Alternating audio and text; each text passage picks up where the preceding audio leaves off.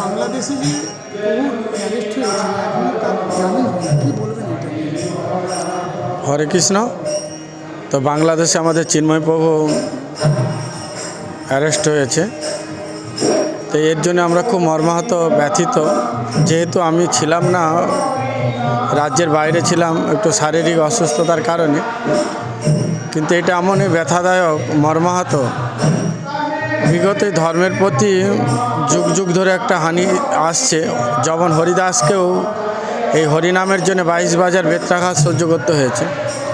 তাই আমাদের ইসকন কর্তৃপক্ষ এটাই সিদ্ধান্ত নিয়েছে, বা আমারও মত, যে আমরা যদি হরিনাম, ভগবানের দিব্য নাম যদি উচ্চস্বরে বা একান্তভাবে করি, নিশ্চয়ই আর একদিন চিন্ময় প্রভু মুক্তি হবে।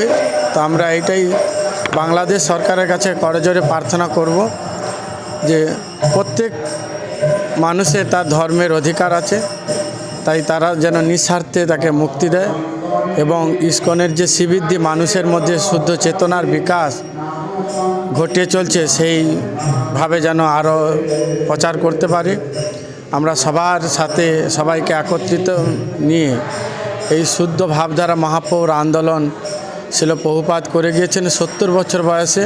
আর সারা বিশ্বে সেই আন্দোলন হচ্ছেন কেবল হরিনাম প্রচারের মাধ্যমে। এই হরে কৃষ্ণ আন্দোলন এটা কোনো সাম্প্রদায়িক দল না বা কোনো সন্ত্রাসবাদী না, যেখানে মানুষ তারা পূর্ব স্মৃতিকে মনে করার জন্যে ভগবানের দিব্য নাম এবং ভগবানের সাথে তার পুনঃ যে প্রতিষ্ঠা, যে ভুলে গিয়েছে তার পূর্ব স্মৃতি ফিরে আনার জন্য, তার নিজের পশু প্রবৃত্তি জীবন থেকে আধ্যাত্মিক চেতনায় ফিরে আসার জন্য ইসকন, যাতে হাজার হাজার ছেলেমেয়েরা তাদের ভবিষ্যৎ ফিরে পেয়েছে এই ইসকনের মাধ্যমে। তাই যারা এরকম মন্তব্য করছেন বা ভাবছেন, আপনাদের কাছে করজোড়ে আমার প্রার্থনা, আপনারা এরকম কিছু ভাববেন না। সবাই ভগবানের দিব্য নাম করুন।